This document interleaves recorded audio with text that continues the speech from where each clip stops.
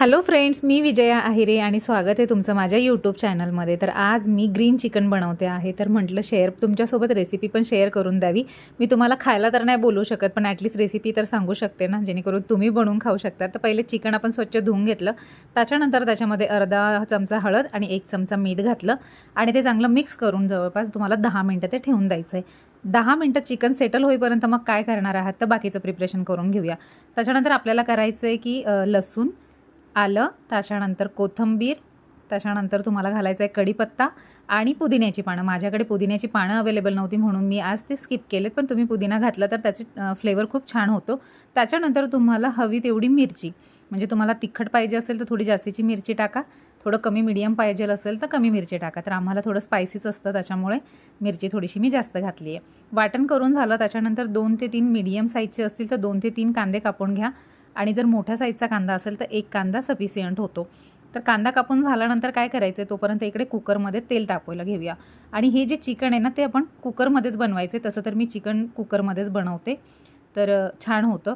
फक्त मीडियम फ्लेमवर बनवा, मोठ्या गॅसवर बनवू नका, म्हणजे ते चिकन प्रॉपर बनतं। कांदा आपण परतून घेतलेला आहे, जास्त ब्राऊन करायचा नाही आहे, अगदी मीडियम थोडंसं शेकून घ्यायचा तेलात। त्याच्यानंतर हिरवी इलायची जी आहे ना, वेलदोडे म्हणतो त्याला आपण, ते 2 घालून घ्यायचे। त्याच्यानंतर थोडीशी दालचिनी पावडर आणि 2 ते 3 चमचे जे आहे ना धणे पावडर घालून घ्या। त्याच्यानंतर आपण जे वाटण करून घेतलेलं होतं ना हिरव्या मिरचीचं, ते सगळं टाकून ते चांगलं मिक्स करा। मिक्स एवढं करा की जेणेकरून त्याचं तेल सुटेल। तेल सुटलं म्हणजे आपला मसाला जो आहे ना तो प्रॉपर परतवला गेला असं समजायचं।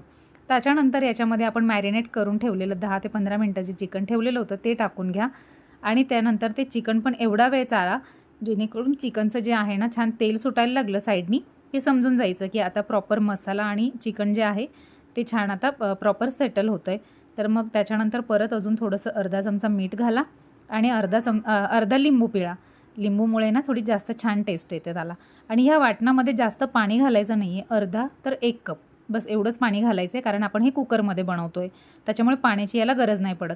त्याच्यानंतर काय करायचं आहे, कुकरचं झाकण लावून घ्यायचं आणि जसं मी तुम्हाला सांगितलं आहे की मीडियम फ्लेमवर हे करायचं आहे।